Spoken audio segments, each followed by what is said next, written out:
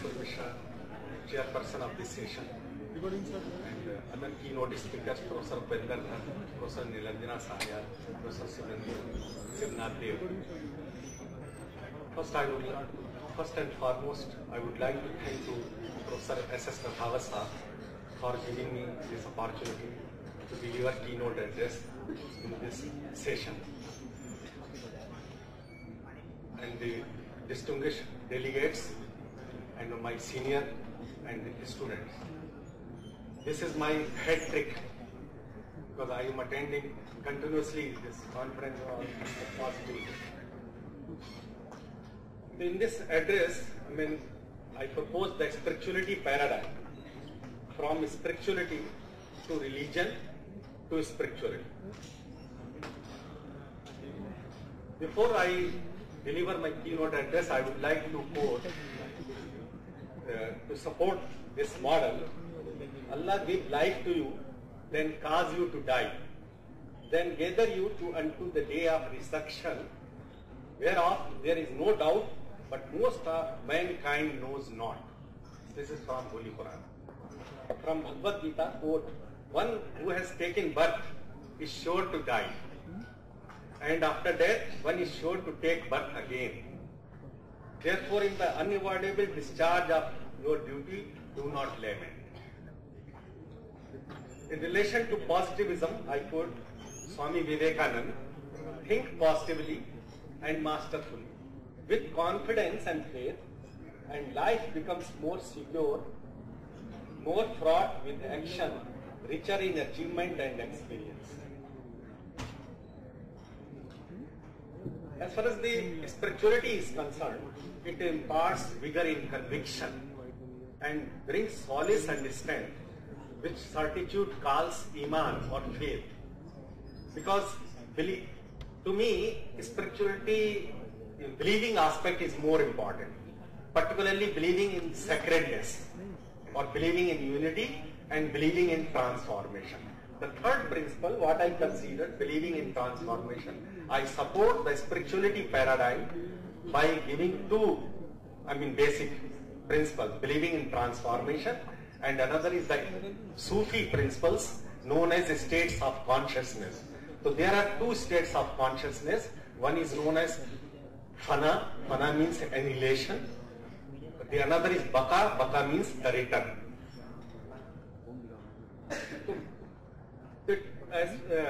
Belief has to be grounded in spiritual power because superficial spirituality cannot achieve faith. Spirituality is the state of existence in heaven. There will be no disrespect and unkind behavior in heaven because our spirit will be answerable to God.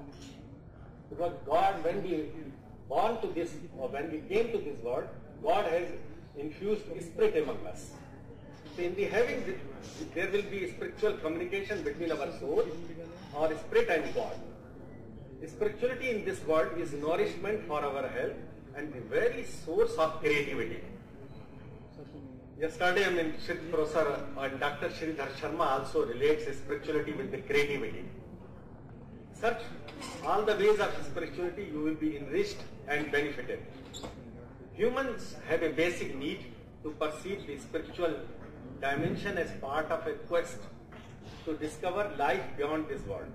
When we are immersed in it, it means we are interested in almost everything like poverty, music, beauty, sex, art, scripture, painting, whatever it may be. The man who is not spiritual ceases to have interest in his life. To me, every person is spiritual in nature. Spirituality is therefore in the light of life and it culminates in wisdom. I propose this model simply by showing the circular relationship of spirituality and religion. Before birth, we were basically spiritual, or when we were born or came into this world, we are spiritual. Or in this world, our life is either religion or is governed by spirituality. Because some of us generally advocate we are not religious minded, we are simply spiritual. And after this world, of course, there is a life after life. or there is a life after death. Again we will be spiritual because our spirit will be transformed from this world to another world. So that's why I showed this through a relationship. So spiritual life is eternal. It existed before birth and it will exist after death. Life also exists between birth and death. Life ends, but existence is infinite. Each individual's spiritual life interacts with many aspects of our life. To me, therefore, spirituality exists irrespective of the existence or non-existence of the body. So we are very much aware that religious life is much shorter than a spiritual life. Because on an average, our religious life is only 64.7 years. The years which we live to this particular point. And the remaining life is our only spiritual life. So life is the relationship between spirituality and religion. The duality between spirituality and religion is the root cause of our moral death. People relate spirituality and religion differently to their life and death perspective. It depends upon their perception. Every person sees his own life before birth and after death from his own perspective. He keeps himself either at the spiritual or religious domain. It then makes him satisfied. So this model suggests that a relationship exists between spirituality and religion. Before we understand this model, we first understand the distinction between religion and spirituality. So of course I made this distinction, how the spirituality is different from the religion. So to me, religion is a state of doing. Spirituality is a state of being. Religion is like a cage. Spirituality is the bird. The bird of spirituality has the freedom to establish direct link with the absolute. For example, when we do prayer, we establish vertical spirituality with the God. So religion is restrictive in the sense that it is bound by scripture, rites and ritual.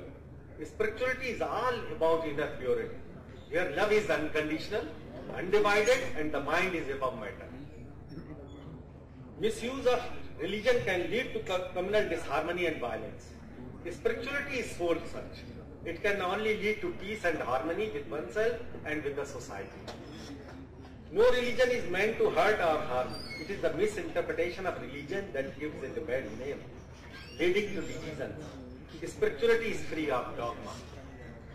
Religion is outer rituals and habits, a way of life. Spirituality is the quest for the source of life, going back to the source, knowing deep within us we are part of the divinity.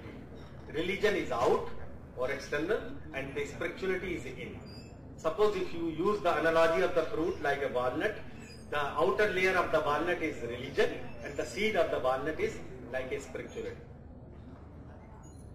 So the only form of life known what has existed on this earth, we do not know whether life exists in the other parts of the universe. The spiritual life, in the other words, depends mainly on the human duties that we perform during the life process. The idea of human spirituality dates back right to the beginnings of the main appearance on earth and can be roughly divided into 3 periods. The first one from birth to the earth. The second period is the life to the present. And the third is concerned with the transition from this world to the other world. Believing in transformation. This, the proposed diagram what I suggest from spirituality to religion to spirituality, it can be best explained by believing in transformation, which implies believing in spiritual continuity and rebirth. We are eternal in our nature. For Campbell, transformation is a brave reconciliation with the grave.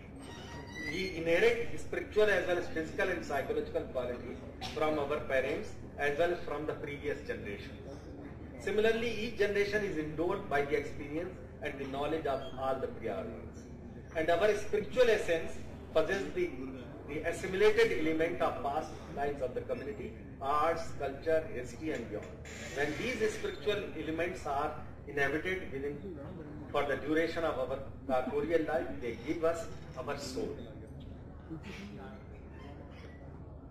Transformation starts by coming to terms with one's ending. Coming to terms with one's beginning is difficult and ambiguous. It may occur in different ways like regression, analysis, self-reflection, and mean different things like forgiveness, charity, etc. Coming to terms with one is ending. One's finiteness is clear, but even harder. Socrates said, practicing dying to youngest asking for wisdom of life. Rinpoche speaks of the necessity of letting go of attachment. Murray paradoxically views loss of love intimacy as a form of initiation, suggesting that although initiation means beginning, the most powerful initiation always involves some sort of death. So believing in transformation also applies to our selfhood. Christianity talks of the dialectical self borrowed from Buddhism. It does not deny that the self exists, but rather has diametrically opposed quality.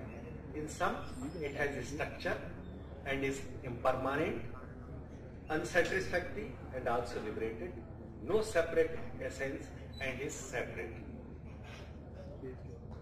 Another principle, in order to support the spirituality paradigm, I also taken into account the Sufi principles or the states of consciousness. One is known as annihilation. This is a state of union in which individual identity is merged with the whole of reality. In this state, a person erects no barrier between the self and God, because it is clear that a drop of water, aware of being part of the ocean, or a column of air that is conscious of the wind. Belief in annihilation implies that after a person dies, he enters absolute nothingness.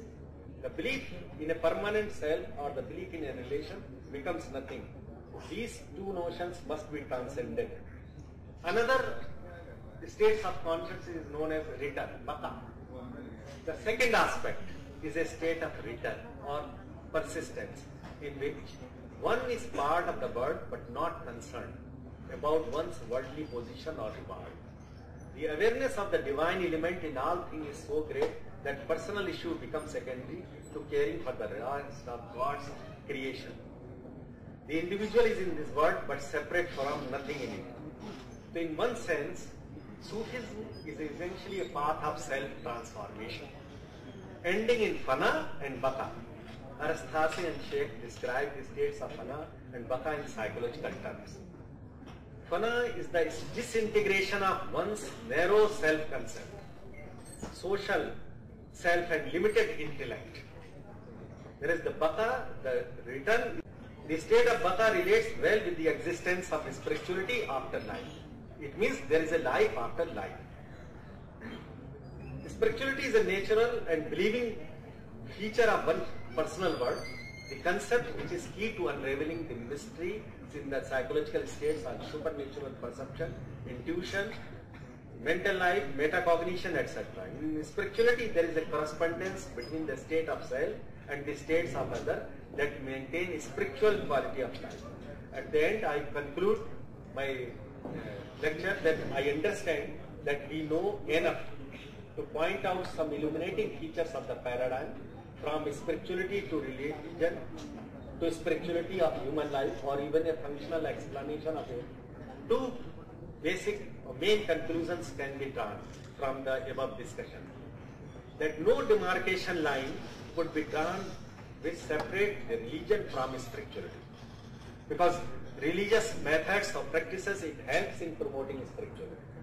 Spirituality is the essence of religion. Spiritual life is pre-shadowed in non-life, and there is no abrupt break, but continuity in the life that exists in terms of the life, unity of life processes. Okay, thank you very much.